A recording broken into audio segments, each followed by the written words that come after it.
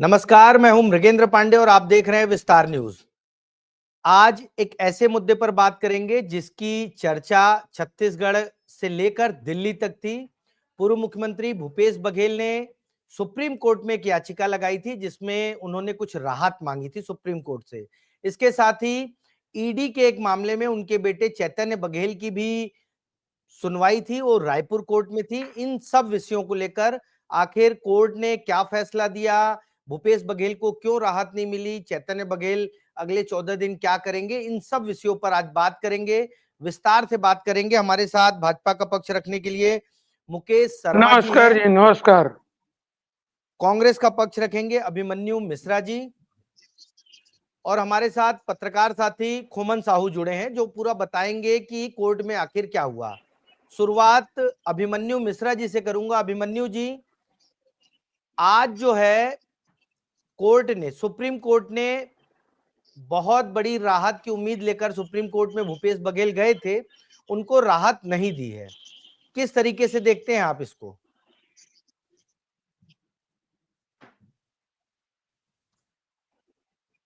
जी मृगेंद्र जी, आपको नमस्कार। शर्मा जी को नमस्कार।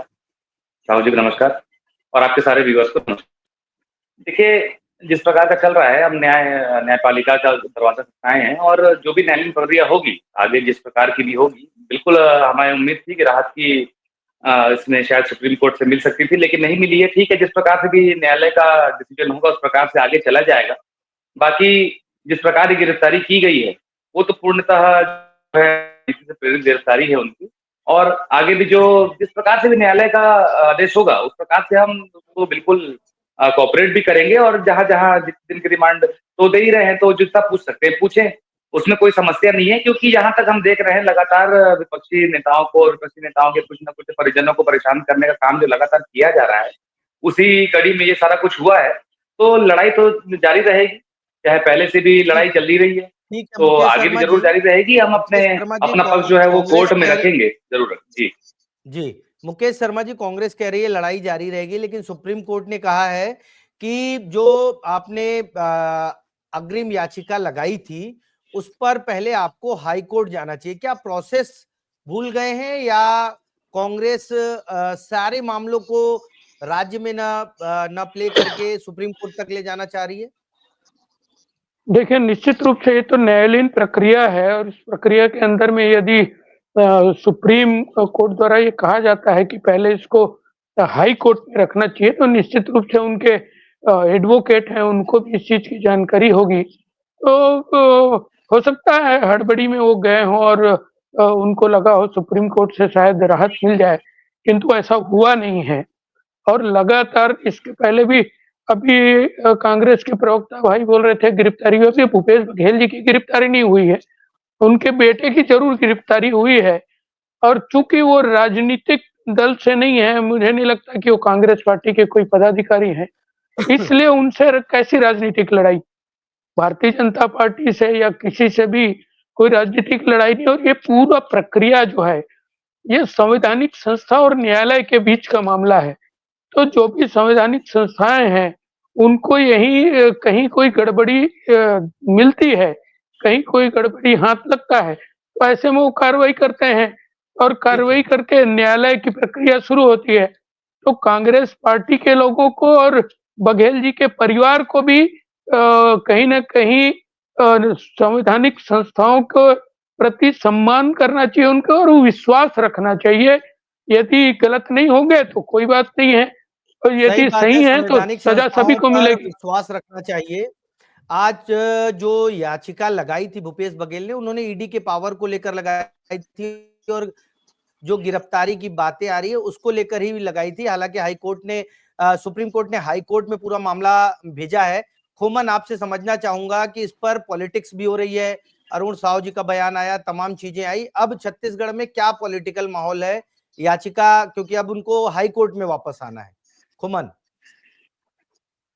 देखिए मृगेंद्र जी, इसमें 2 चीज़ जो सियासत का केंद्र बिंदु बना है, क्योंकि अगर जिस तरीके से घोटाला हुआ है, चाहे शराब घोटाले की जो बात हो रही है, कोल घोटाले की बात हुई है, इसके अलावा महादेव सट्टा ऐप की बात जो हो रही है, तो इस पर बीजेपी ये कहती हुई नज़र आ रही है कि आखिर घोटाला नहीं किया तो डर किस बात का है? इस तरीके की बातें जो है बीजेपी कर रही, दूसरी ओर ये कहती हुई नजर आ रही है कि भूपेश बघेल को डर हो गया है कि आखिर गिरफ्तारियां हो जाएंगी तो किस तरीके से आने वाले दिनों में, चूंकि चुनाव भी है, तो उस पर किस तरीके से काम कर, तो कुल मिलाकर सियासत हो रही है। हालांकि अब हाई कोर्ट जाने की बात जरूर सुप्रीम कोर्ट ने कह दी है, क्योंकि हाई कोर्ट जब जाएंगे बिलासपुर में, जब सुनवाई होगी, तो कितनी राहत आने वाले दिनों में मिलेगी, ये तो देखने वाली बात होगी जी। ठीक है, भूपेश बघेल ने जो सुप्रीम कोर्ट में याचिका लगाई थी उसमें कोयला घोटाला, शराब घोटाला और जो राइस मिलर्स का घोटाला हुआ, तमाम जो घोटाले हुए हैं उन सब को लेकर दंडात्मक कार्रवाई, मतलब कुल मिलाकर गिरफ्तारी पर रोक लगाने की मांग को लेकर ये याचिका दायर की थी। इसके साथ ही उनके बेटे चैतन्य बघेल को भी आज कोर्ट में पेश किया गया। हमारी एक छोटी सी रिपोर्ट है, पहले आप वो रिपोर्ट देख लीजिए, उसके बाद हम बात करेंगे कि चैतन्य बघेल पर आगे क्या होगा, क्योंकि आप दोनों लोग पॉलिटिकल पार्टी से हैं और हमारे साथी जो है वो बताएंगे कि आज कोर्ट में क्या हुआ। पहले हमारी ये रिपोर्ट देख लीजिए। छत्तीसगढ़ के पूर्व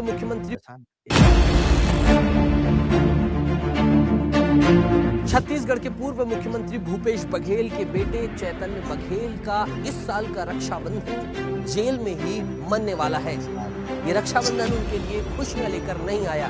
14 दिन की न्यायिक रिमांड खत्म होने के बाद भूपेश बघेल के बेटे चैतन्य बघेल को भारी सुरक्षा के बीच ईडी की विशेष कोर्ट में पेश किया गया, जहां से ईडी की विशेष कोर्ट ने और 14 दिन की न्यायिक रिमांड पर उन्हें 18 अगस्त तक जेल भेज दिया। तो अभिमन्यु जी, 18 तक चैतन्य बघेल को जेल भेज दिया गया है, आप कह रहे हैं, और तमाम लोग जानते भी हैं कि चैतन्य बघेल पॉलिटिकल आदमी नहीं है। क्या लगता है आपको कोर्ट में अब आज जो है, जो जमानत की बात होनी चाहिए, तमाम चीजें होनी चाहिए, वो चैतन्य बघेल के वकील ठीक से नहीं रख पाए, या क्या क्या लगता है आपको? जी देखिए, न्यायालयीन प्रक्रिया के तो हम साथ हैं, और दूसरा वकील वकील ने क्या सोचा और क्या सोच करके क्या बातें रख पाए नहीं रख पाए, वो कानूनी विषय है। लेकिन जैसा भी कोर्ट का आदेश होगा वो तो फॉलो करना ही है। लेकिन जो सवाल था अभी माननीय शर्मा जी जो कह रहे थे कि इसको राजनीतिक रूप से कैसे देख रही है कांग्रेस, या क्योंकि पद में नहीं है चैतन्य बघेल जी, तो इसका ये कारण है कि उनकी जो गिरफ्तारी की टाइमिंग है, आप देखेंगे उसी दिन तन्नार का मामला विधानसभा में उठना था, और जब ऐसी बात हुई छत्तीसगढ़ में भी हमने देखा है, चाहे कवासी लखमा जी ने मामला उठाया, जब ब्रिज का आधा ब्रिज बन चुका था, टेंडर नहीं हुआ था, उसके बाद से वे जेल में है, उनके पास छापे पड़े। उसके अलावा पूरे देश भर में हम लगातार देख रहे हैं पिछले 10 सालों से कि किस प्रकार से विपक्षी नेताओं को टारगेट किया जा रहा है, उनके यहाँ छापे पड़वाए जाते हैं। उसके बाद अगर वे बीजेपी ज्वाइन कर लिए तब तो उनके ऊपर से आरोप हट जाते हैं, लेकिन अगर बीजेपी ज्वाइन नहीं करते हैं तब उन्हें जेल का मुंह देखना पड़ता है। लगातार मुख्यमंत्रियों को जेल में डाला जा रहा है, पूर्व मुख्यमंत्रियों को जेल में डाला जा रहा है। तो ये सारी चीजें चल रही है। इसी कड़ी में जो चैतन्य बघेल जी की भी गिरफ्तारी हुई थी, हम ये बात इसलिए भी कहते हैं क्योंकि जो ईडी ने 5,500-6 हजार केसेस इन 10 सालों में रजिस्टर किए हैं, उसमें से ज्यादातर केसेस विपक्षी पार्टियों के ऊपर हैं। उसके बाद उसमें कन्विक्शन रेट बहुत कम है, मुश्किल 25 से 30 कन्विक्शन उसमें कुल मिलाकर के हुए होंगे। तो ये सारे जो सवाल हैं वो ईडी के ऊपर भी उठते हैं। न्यायालयीन प्रक्रिया पे हमें भरोसा है, ईडी अपनी चार्जशीट दायर करेगी, और जिस प्रकार से 2G स्कैम और CWG स्कैम में हमने क्लीन चिट पाई है और हम बाइज्जत जो सारे आरोपों से बरी हुए हैं, ऐसा ही इस मामले में भी होने वाला है। क्योंकि आप देखेंगे इस मामले पे विरोधाभास ऐसे है कि इस मामले की जांच ईडी भी कर रही है और इस मामले की जांच ईओडब्ल्यू भी कर रही है। ईओडब्ल्यू के आंकड़े अलग हैं, ईडी के आंकड़े अलग हैं। और अगर आज एक बात देखें तो ईओडब्ल्यू के पास जो एक केस 2018 के पहले का भी चल रहा है, जब रमन सिंह जी की सरकार थी, उस समय के शराब घोटाले का 4400 करोड़ का केस, वो भी अभी तक ईओडब्ल्यू में पेंडिंग है, जो हमारी सरकार के शुरू हुआ था समय में। लेकिन अब उस केस को पीछे छोड़ करके 2018 के केस की जांच जो है ईओडब्ल्यू कर रही है, और दोनों के आंकड़े अलग अलग है। एक कहती है 3200 करोड़, एक कहती है 2100 कुछ करोड़, माने दोनों में से किसी एक का आंकड़ा गलत है। तो ये सारे जो विरोधाभास आ रहे हैं, उसके बाद अडानी और तमन्नार का मामला जिस दिन उठना था उस दिन गिरफ्तारी होना, तो ये सारा कुछ जो समावेशी रूप से ये दिखता है कि राजनीतिक गिरफ्तारी है। जी, अभिमन्यु जी कह रहे हैं कि आंकड़े विरोधाभासी हैं। दूसरा, कोर्ट में जो आज एक याचिका दायर की गई थी उसमें सीबीआई और छत्तीसगढ़ पुलिस जो जिन मामलों की जांच कर रही है उसमें भी गिरफ्तारी पर रोक लगाने की बात भूपेश बघेल और चैतन्य बघेल की तरफ से की गई। शर्मा जी, देखिए, निश्चित रूप से कहीं ना कहीं कांग्रेस पार्टी कंफ्यूज दिखती है। सबसे पहले तो संवैधानिक संस्थाओं की बात कर लें। कभी जिस संवैधानिक संस्था के ऊपर में ये प्रश्न चिन्ह उठाते हैं, उनके ऊपर में बैन लगा देते हैं। उसके बाद अचानक इनके नेता फिर उसी संवैधानिक संस्था की बात करते हैं। सीबीआई के ऊपर में जब तक इनकी सरकार थी, यहाँ बैन लगाया हुआ था। अभी जब भारतीय जनता पार्टी की सरकार आई तो इनके नेता कहने लगे कि इस घटना का जांच सीबीआई को करना चाहिए, भारतमाला का जांच सीबीआई को करना चाहिए। तो ये दो अलग-अलग विरोधाभास ये लोग बात करते हैं। दूसरी बात, भारतीय जनता पार्टी हमेशा ये कहते आई है, हम हमेशा ये कहते आए हैं कि कांग्रेस पार्टी का विश्वास पार्टी संगठन से ज़्यादा परिवार विशेष के ऊपर में है। चाहे फिर वो दिल्ली में हो, चाहे वो फिर छत्तीसगढ़ में हो। परिवार का सदस्य, दिल्ली में भी एक परिवार के प्रति इनका जो समर्पण है, एक परिवार के प्रति जो इनका लगातार फेरा लगाने का काम चलता है। छत्तीसगढ़ में भी वही चीज़ देखने को मिला। एक तरफ बड़े-बड़े नेता इनके गिरफ्तार होते हैं, तब तो कहीं कांग्रेस पार्टी का इस प्रकार से धरना प्रदर्शन होता नहीं। फिर वो पूर्व मुख्यमंत्री के पुत्र को यदि गिरफ्तार किया जाता है, जो शायद पार्टी के किसी पद में नहीं है, तो पूरा छत्तीसगढ़ का कांग्रेस पार्टी उसके लिए लग जाता है। तो कहीं न कहीं इनका विश्वास संवैधानिक संस्थाओं के ऊपर में कभी कुछ होता है और कभी कुछ होता है। कभी उसपे प्रश्न चिन्ह उठाते हैं, जब इनका सहूलियत होता है तो उसमें विश्वास जताते हैं, और जब इनका सहूलियत नहीं होता तो उसमें प्रश्न चिन्ह उठाते ठीक है, हैं। अभिमन्यु ये जी, अडानी अभिमन्यु वाले जी, मामले की इस बोलते हैं। तरह का रवैया क्यों है कि जब आपको अच्छा लगता है तो आप समर्थन में आ जाते हैं और जब आपके खिलाफ जाता है तो विरोध? अभिमन्यु जी। जी देखिए, मृगेन जी जिस बारे में बात कर रहे थे अभी मुकेश शर्मा जी, जो सीबीआई जांच की हमने मांग की थी, वो इस मामले में इस वजह से था क्योंकि जो उसमें संलिप्त लोग थे, उनसे राज्य स्तरीय जो एजेंसियां थी, उसमें वो अधिकारी नहीं थे, उस सक्षम अधिकारी जो उनसे पूछताछ कर सके या उनसे जांच कर सके, इसलिए हमें केंद्रीय एजेंसी की जरूरत थी। अब बात सिर्फ सीबीआई की नहीं, आप और कोई केंद्रीय एजेंसी से जांच करा लीजिए, लेकिन सक्षम एजेंसी होनी चाहिए जो उस तरह के अधिकारियों की जांच कर सके, उस तरह के अधिकारियों को बुला करके जो है उनसे पूछताछ कर सके। ये हमारा उस पे कहना था। उसके अलावा जो सीबीआई के बैन की बात है, आज की स्थिति में भी क्या इस छत्तीसगढ़ सरकार ने सीबीआई पे बैन नहीं लगा के रखा है क्या? अघोषित बैन लगा के रखा है, क्योंकि अगर सीबीआई यहाँ आती है तो इनके मंत्रियों से और विभागीय जो भी संबंधित विभाग के मंत्री हैं, उनसे उनको पहले अनुमति लेनी होगी। माने अगर वे किसी मंत्री के ऊपर भ्रष्टाचार का आरोप लगता है और जांच करने आते हैं, तो उन्हीं मंत्री से परमिशन लेके उनसे उनको पूछताछ करनी होगी। तो ये तो उन्होंने सीबीआई का रोल बना के रख दिया है। तो हमने जो और चरणदास महंत जी ने उस मुद्दे पर सीबीआई जांच की मांग की थी, वो इसी वजह से की थी क्योंकि एक जो सक्षम एजेंसी है वो जांच कर सके।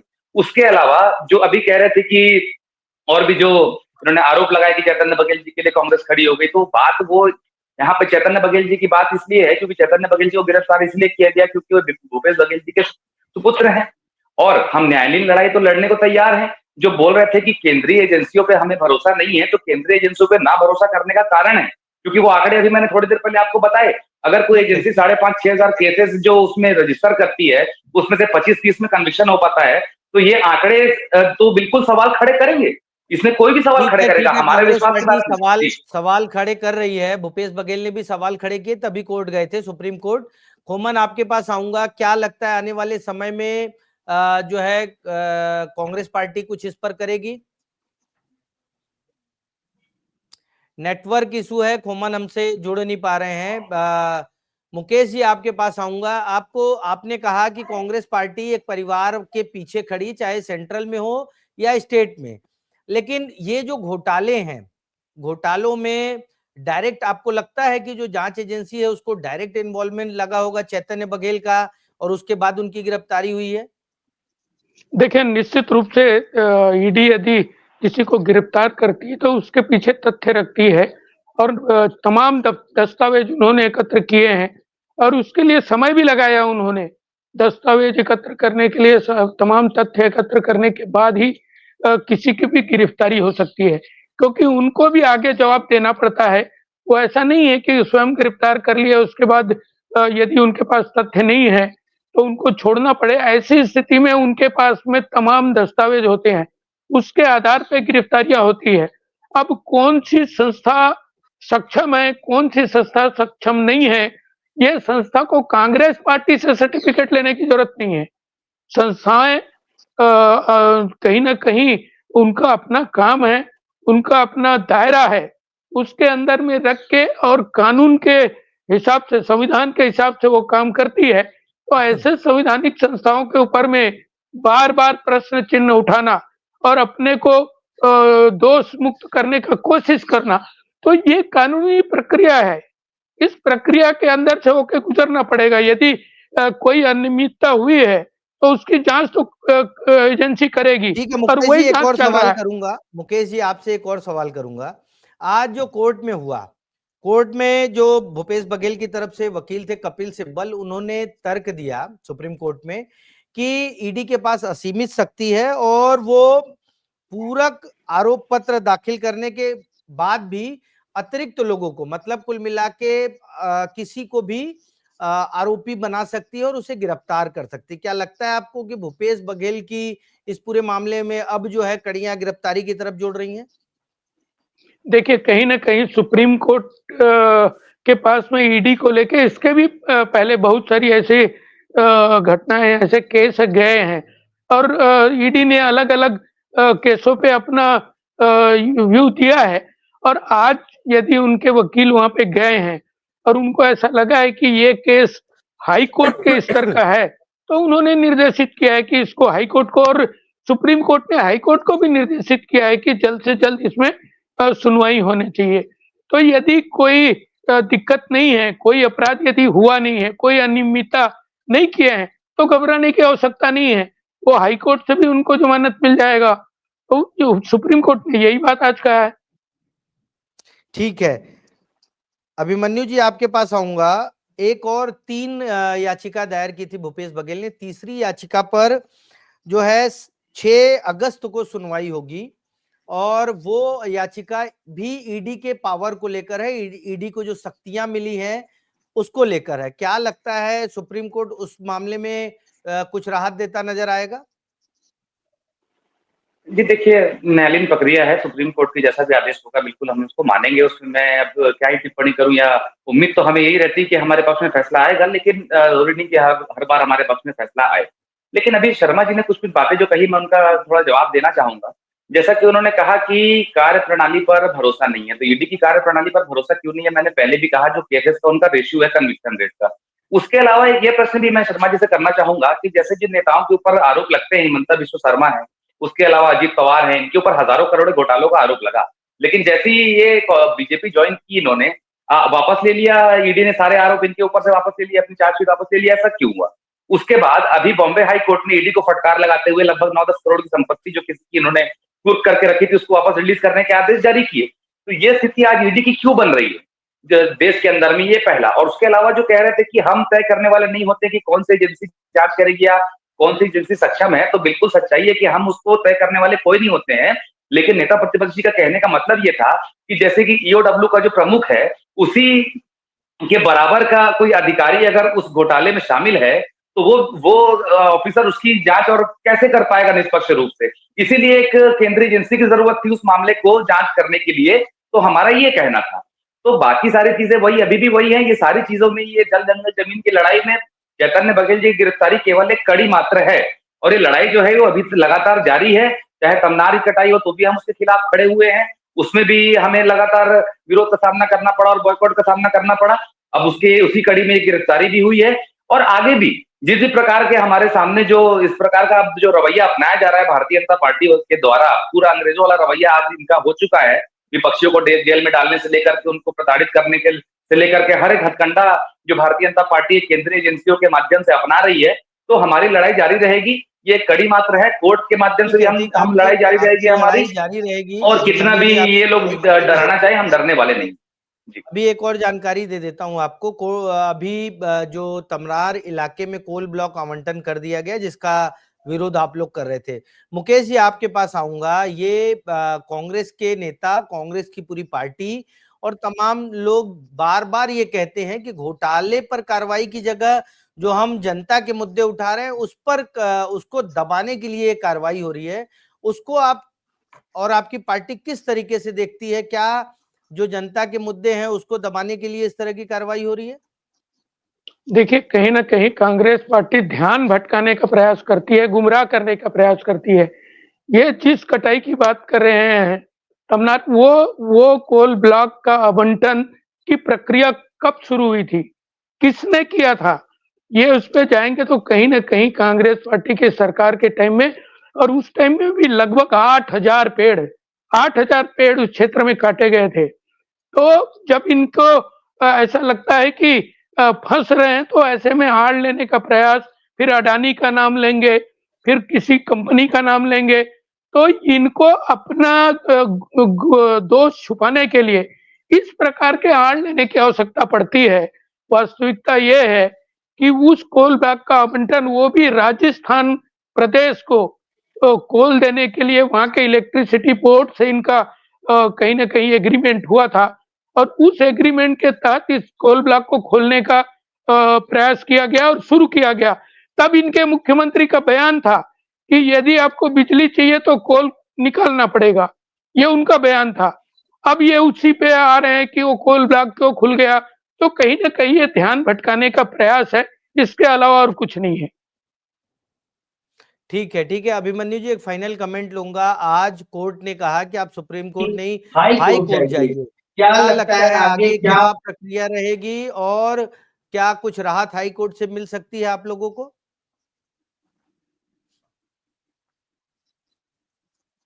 अभिमन्यु जी। जी बिल्कुल, राहत की उम्मीद तो हमें है।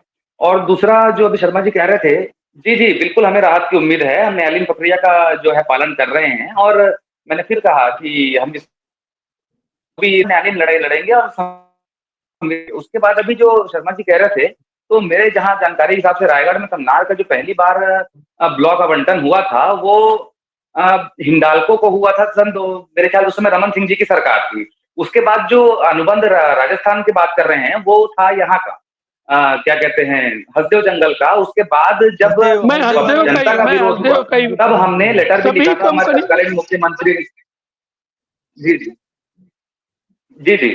तो जो समनार ब्लॉक का मामला अलग है, हसदेव के मामले में भी जो पूछ रहे थे, उसका मैं बताना चाहूंगा कि जब जनता का विरोध हुआ, तब हमारे कहने का मतलब ये था कि आपने उसका भी लेटर भी लिखा था।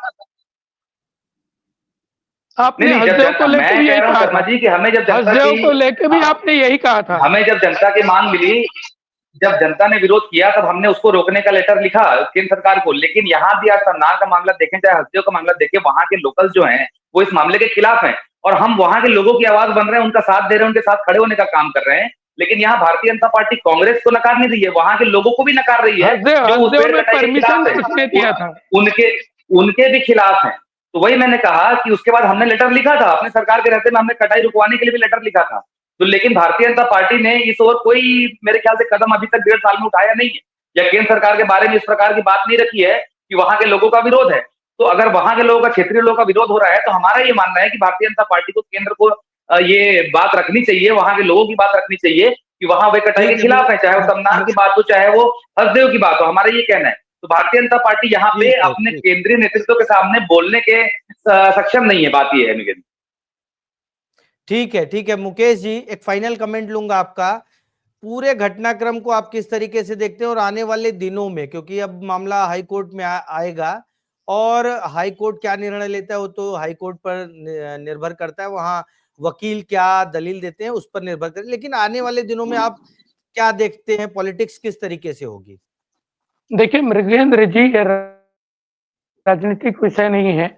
जब कभी इनके नेताओं के ऊपर में कोई बात आती है, जब कभी इनके भ्रष्टाचार खुलते हैं, तो ये आड़ लेने के लिए, ध्यान भटकाने के लिए कभी नगर नार की बात करते हैं, कभी तमनार की बात करते हैं, कभी हसदेव की बात करते हैं, कभी अडानी की बात करते हैं।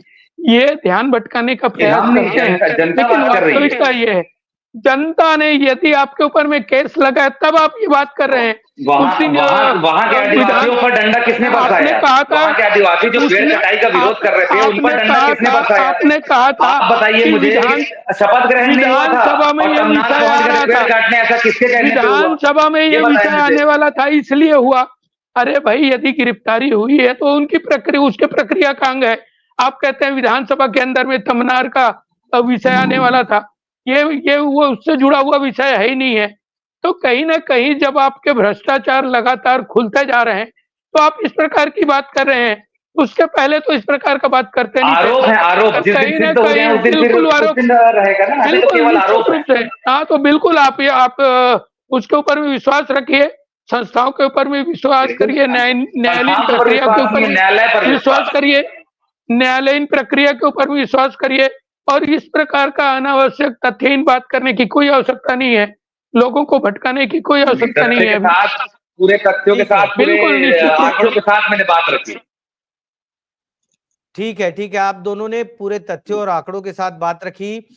आने वाले समय में, क्योंकि ये मामला बहुत बड़ा है और ईडी चाहे शराब घोटाला हो, कोयला घोटाला हो, तमाम घोटाले हैं, उन सब की जांच कर रही है। आने वाले समय में अब नजर ये रहेगी हमारी कि हाई कोर्ट में भूपेश बघेल और उनके बेटे चैतन्य बघेल की तरफ से कब याचिका लगती है और उस याचिका पर कोर्ट का क्या निर्णय आता है। आज की चर्चा को यहीं विराम देते हैं। आप सभी का बहुत बहुत धन्यवाद। आगे किसी और विषय को लेकर एक बार फिर हाजिर होंगे। नमस्कार।